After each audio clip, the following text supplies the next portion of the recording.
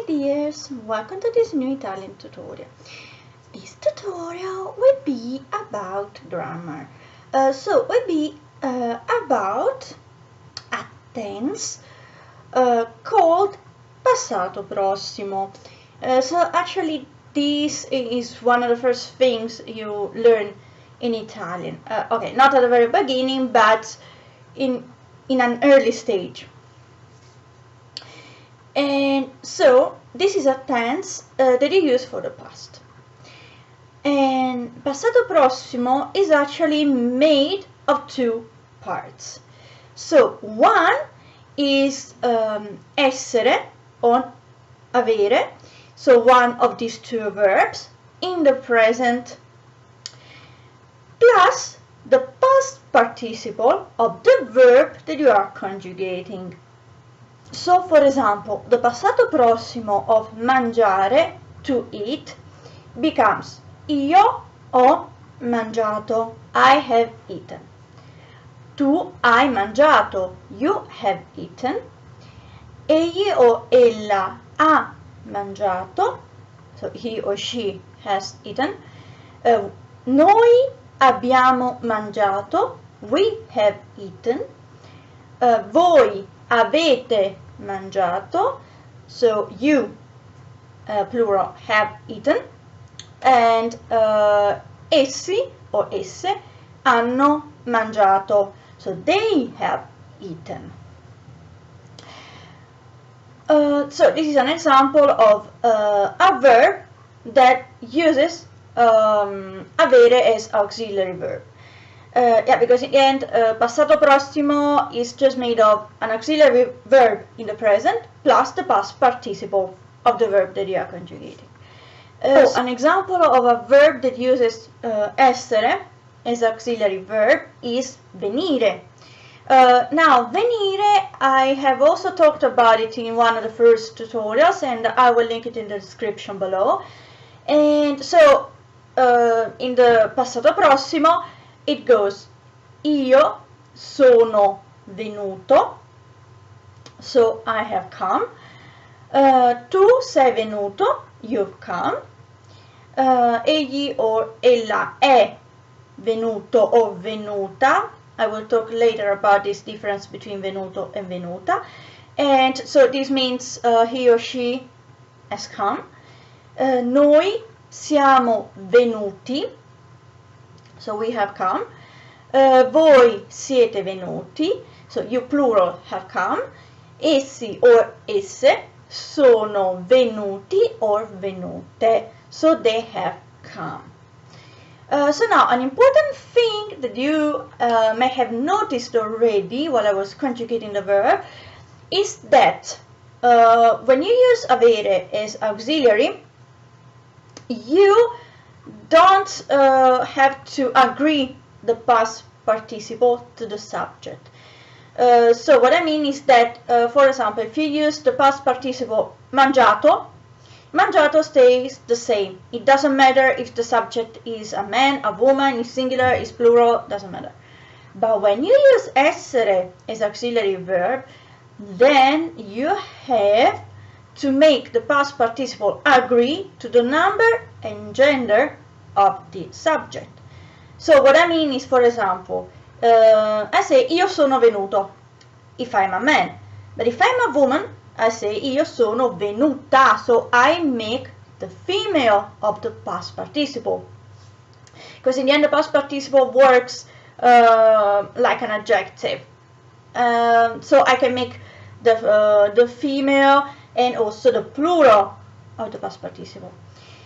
And going on, when I say egli è venuto, egli is male, so I use venuto, the male form. But if I say ella è venuta, so she has come, then I have to use the female, venuta. Now, same thing, when I use the plural, voi siete venuti, so voi is a plural, is a group, it's more persons. And so I use the plural of venuto, so becomes venuti, voi siete venuti. Now here, about using the male and the female. If I know that a group is only female, then I use the female form of venuto, so the female plural, venute. So if I say voi siete venute, I'm talking of to a group made of only women. So in that case, I can use the female plural. But if it's a mixed group, also when I talk about noi, when I talk about we, when I talk about essi, so they, if it's a mixed group, I use the male plural, so venuti. I use the female plural venute if I know that the group is made only of women. One other important thing is that about agreeing the past participle when you have avere as auxiliary, there is actually a case when you have to agree the past participle to the subject. Or to the object mostly in this case, because when you use the pronomi diretti, so when you use the pronomi diretti, then in that case you have to agree the past participle to the object, so to the pronomi. So for example, if I say le mele le ho comprate, so the apples, I have bought them. Now, as you see, I use the diretto le. Anyway, I will also link the video about the diretti in the description below. But anyway, so here I use the female plural, le. So, comprato, so bought, becomes female plural, comprate, because le is female plural. Or if I say I bicchieri li ho lavati, so the glasses, I have cleaned them. I use lavati, so the male plural, because I have li, that is male plural. So this is also a thing. And now another important thing, when you actually use essere as auxiliary and when you use avere as auxiliary, this is important to know. Now, you use avere with the verbs that are transitivi. Now, transitivi are the verbs that can be used with a direct object. So, if it was without a preposition. Because when I say ho comprato le mele, for example, o compro le mele, now, so I have bought the apples or I buy the apples. In front of le mele, which is my direct object, I don't have any preposition. So comprare, the verb to buy, I use it without a preposition. So these are the verb transitivi. And actually you have to use avere to avoid any confusion with the passive form, because the transitivi is the only kind of verbs that you can use to make the passive form. And if you use essere, you are making the passive form. So that's why you have to use avere. But I will talk about the passive form and these kind of things in another video, more in detail. For now, it's important to know that with the transitive verbs, you have to use avere when you're making the passato prossimo in the active form. I'm talking about the active form here. Now, when do you use essere? Essere, you use it for verbs that indicate movement. So, for example, andare, so to go, venire, to come, or salire. Actually, salire you can use with both, depending on the use, because there are some verbs that have both a transitive and an intransitive use. So for example, if you want to say I have gone up, salire means to go up, so if you want to say I have gone up on the mountain, you say sono salito sulla montagna, o sono salito sulla cima della montagna, so I've gone up the top of the mountain. In this case it's intransitivo, you're using a preposition. and you can't use it in this sense without a preposition, and so you use essere as auxiliary. But if you say ho salito le scale, so I have gone up the stairs. Yeah, actually English is not really good to see the difference, but in Italian there is a difference, because if you say ho salito le scale, so you are using no preposition. So in this case it's transitive, so you have to use avere. The same thing goes with scendere, so to go down. And you say ho sceso le scale, again, so in this case it's transitive and you use avere, o sono sceso per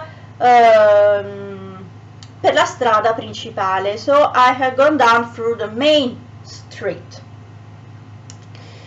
So anyway, this is the kind of one of the kinds of verbs with which you have to use essere, so movement.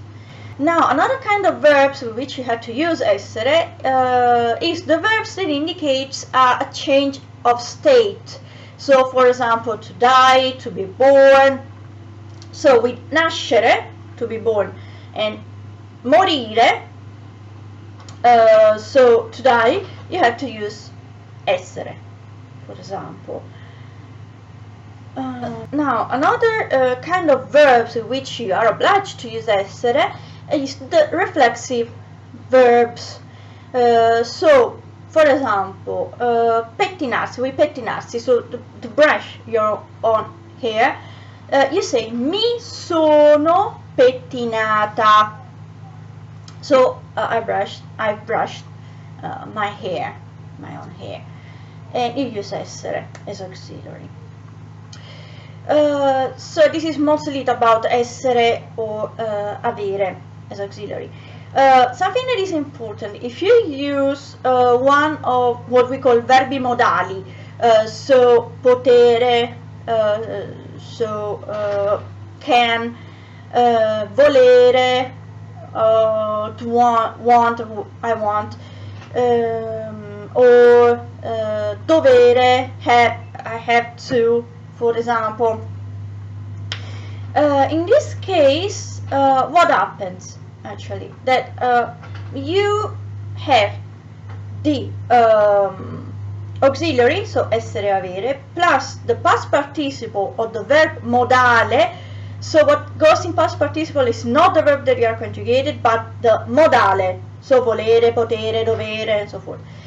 And then the verb that you are actually conjugating, so the main verb actually, that's what I mean, goes in infinito. So for example, if you want to say I had to go to the supermarket, well, actually English doesn't have very much here, it is slightly different from Italian, but in Italian you say sono dovuto, or sono dovuta if you are a woman, andare al supermercato. So you see, you have sono plus the past participle of dovere plus andare is in infinito. What is also important is that how do you choose the auxiliary? So how do you choose essere or avere? It depends on the main verb. So depends on the verb that is on infinito. So andare, for example, you use essere with andare. So that's why I have used sono in the example that I made. Yeah, one very last important thing about the diretti. I mentioned the diretti. Where do you put the diretti when you have the passato prossimo? Or also the indiretti, the combinati, so those kinds of pronouns that I've talked about in previous videos, and I will link everything in the description below. But anyways, where do you put them? You put them right before the auxiliary. So for example, if you want to say, so the canvas, I have hanged it on the wall, you say il quadro l'ho appeso al muro, alla parete. And so you see that le, so the diretto, goes right before avere. And actually you can also see it in the other example with the diretti that I have made in the previously in this video. Or an example with the combinati. If you want to say the letter, I have written it to him, you say la lettera gliel'ho scritta. So gliel goes right before o.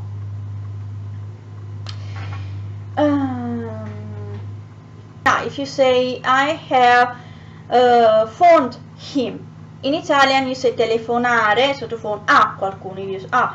So what you say is gli ho telefonato. So I phoned him, I called him on the phone. And